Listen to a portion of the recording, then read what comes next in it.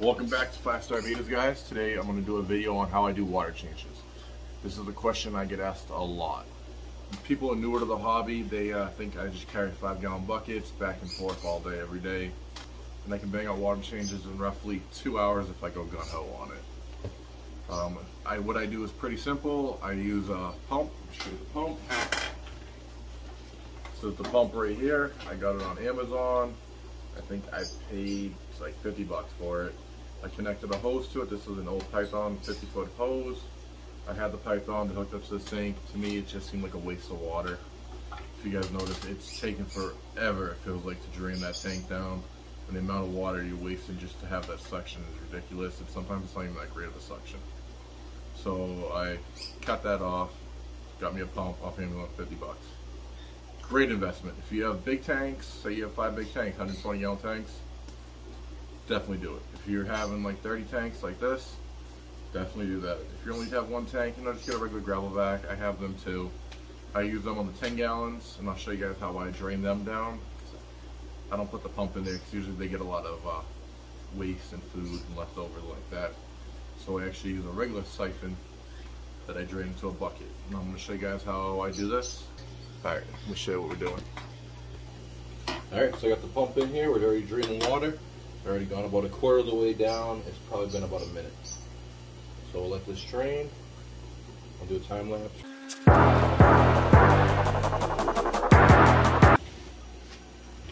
Alright guys, it's been about 2 minutes now. We're already about the 50% mark.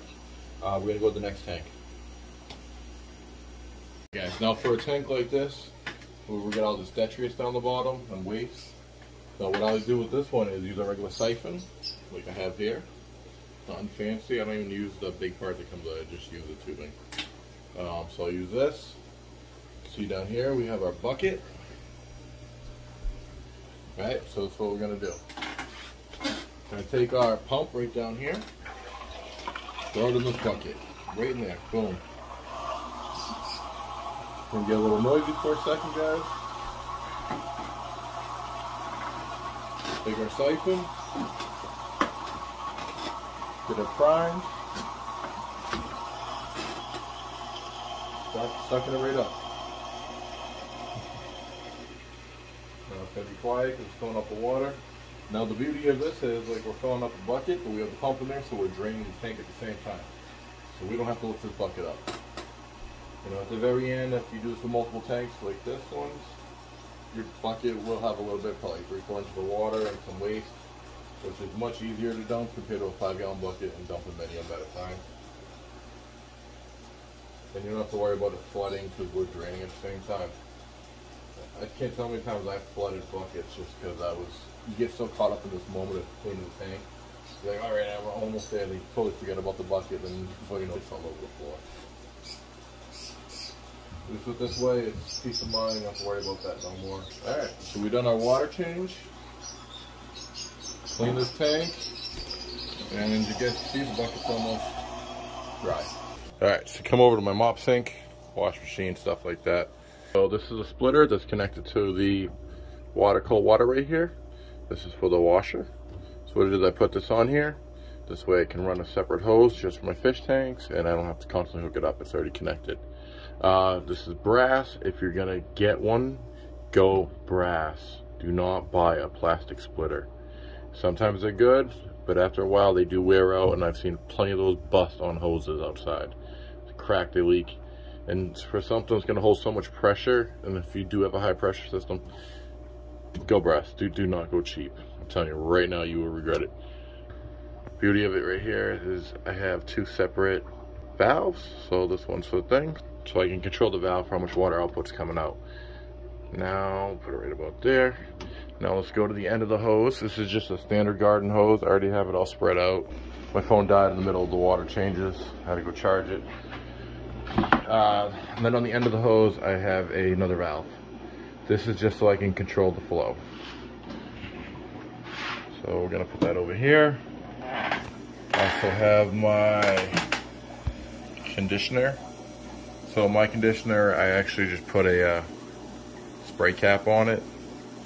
I don't measure, guys. I just squirt a little bit.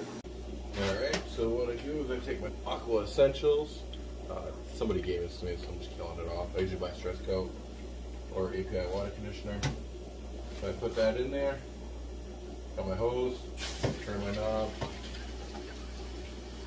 and I let it flow. Right now I have this on a slower setting, and we put it on a higher setting from the other valve. I'll show you guys the difference. So usually I keep it on that slower setting for when I'm filling up like 20 gallons or 10 gallons with baby fish. I don't want to shock them. So when I do the big boy tanks, I tend to just have it on a much higher flow rate, as you guys can see. And I tend to aim it towards the back of the tank, or aim it off an ornament, anything to kind of break the flow. Sometimes I'll do is just put my hand over it, just so it's not blasting the fish directly. And this is pretty much how guys I do my water changes. Right now it's been about an hour and a half in total. I drained all but what, 2 tanks. But yeah, so it's still what now, like a minute and a half I think. And we're pretty much almost filled this whole tank. Alright guys, so that's pretty much how I do water changes. Pretty simple, pretty easy, and it will make your life a lot more simpler if you are running a lot of tanks or bigger tanks. If you guys could smash that like button, hit that subscribe, I would greatly appreciate it. Try to grow this channel a lot more. If we can grow this channel, we can get some sponsors or something like that along the lines. I would like to do giveaways. You know, I have lots of fish, I produce lots of fish, and we're only going to produce a lot more. You know, so if I can make some more money, trust me, I will be definitely giving fish away. So help me grow this channel. I figure if we get up to 1,000, let's get up to 1,000 subscribers, and I'll do like a sorority giveaway of female betas for like 5 or 10 females. And I'll ship them right to your house, probably 2-day shipping, depending where you live. If you live local, come pick them up. But we'll figure that out. I'll let you guys know how I'm going to play that out. Still just going to work out the details. But thanks for watching, guys, and have a great night.